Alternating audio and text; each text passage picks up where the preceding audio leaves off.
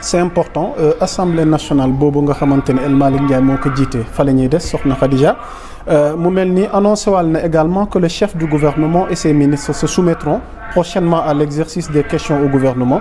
une tradition qui permet aux députés d'interroger l'exécutif sur ses actions et sa politique. Donc Ousmane Sonko, donc sous peu, ñu séntu mu war a dikkaat assemblée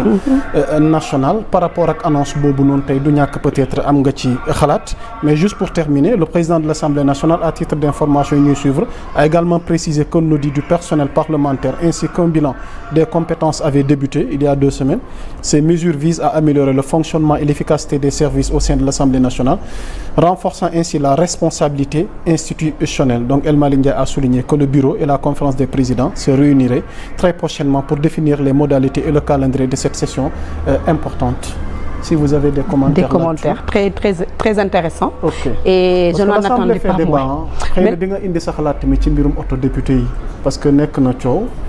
yelloo nañ oto yelloo na ko peut-être amoon ngeen ay position de principe bien avant votre prise du pouvoir. Il y a tout un débat là-dessus du ñàkk peut-être am nga ci xalaat ak annoncé gi ñu annoncé Ousmane Sonko dikkaat ak ministre yi ndax léeg-léeg dañ leen di soxla ci yenn question yi nga xamante dafay jëm ci li ñuy xaar ci ñoom ci seen yorinu réew mi. En fait, je suis très ravie. Bi may dugg si laa ko gis je n'avais pas eu le temps de lire et d'écouter mais merci si résumé bi nga ma defal moi ça me réconforte tout simplement c'est que ñun li ñu waxante ak population yi loolu la ñuy def parce que tey le rôle de l'Assemblée nationale c'est de contrôler l'action du gouvernement maanaam député yi dañu war a xool saytu li nga xam ne moom lañ la voteel comme budget mais orientation ak décision yi nga xam ne ñu ngi koy jël en conseil de ministres mais aussi les sectoriels maanaam ministères yi nga xam ne ñu ngi agir li ñuy def nan la ñu mën a def ñoom ba mën a poser ay questions mën a delluwaat ci askan wi leeral leen donc loolu c'est un exercice boo xam ne dans une démocratie normale c'est la normalité parce que tey dañoo dénk suñu premier ministre dañoo jël suñu gafa joxe ko donc am ay ndaw yoo xam ne ñoom la ñu tabb ne leen dem leen ngeen ñu xoolal ñii nga xam ne ñoom ñoo nekk ci gouvernement bi lan mooy seen taxawaay lan la ñu def ak ci lan la ñu nekk donc je salue le retour du premier ministre monsieur le président Ousmane Sonko qui retourne comme promis à l'Assemblée nationale pour répondre ci questions yi nga xam ne moom la population bi di poser parce que il faut pas oublier que députés yi ils représentent la population et depuis quelques mois ñun députés yi nga xam ne dañu nekk ci suñu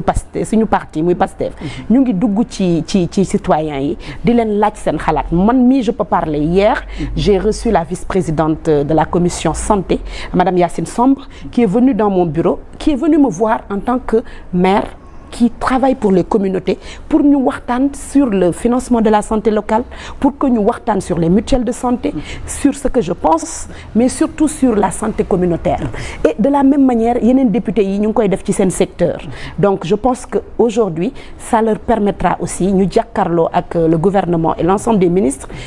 eggaleen non seulement questions yooyu mais aussi suñu amee des questions yoo xam ne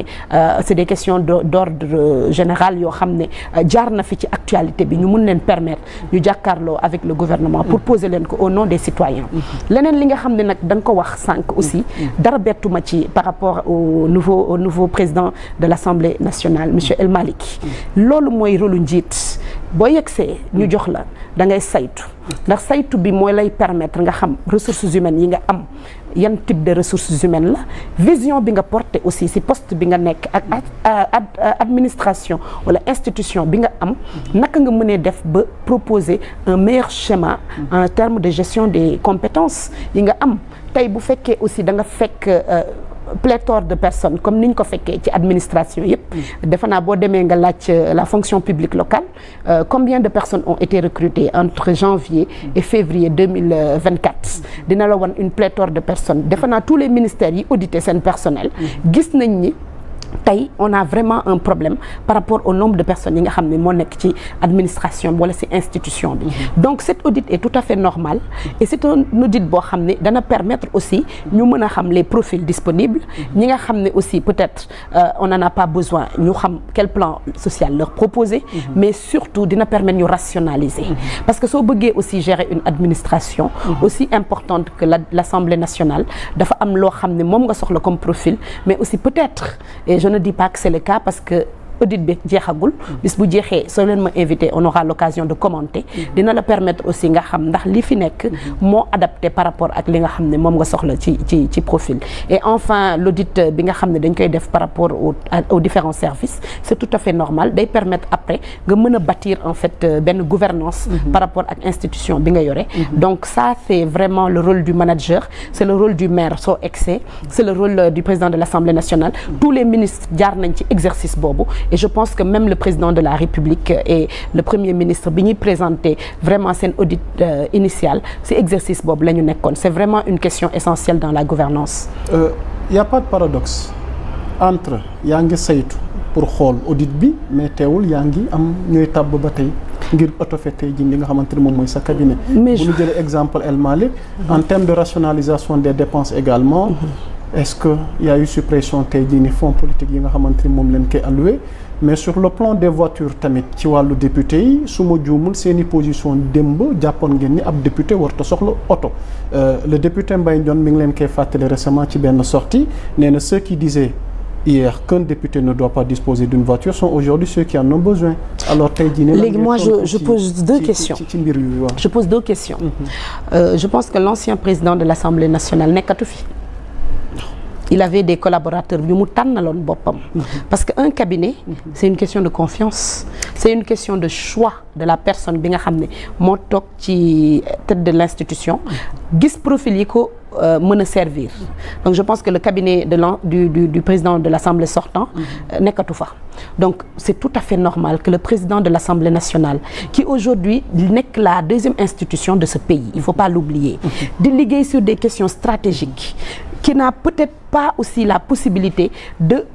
pouvoir analyser moom kese lépp li nga xam ne moo war a nekk les sujets yi nga xam ne ci la war a prononcer wu mais mu entouré wu d'une équipe qui lui permet mu mën a comprendre parce que tey li gën a am solo et man loolu je dis que foofu la ñu war a mettre l'accent tey da ngay gis tey un ministère qui arrive à l'Assemblée nationale à l'hémicycle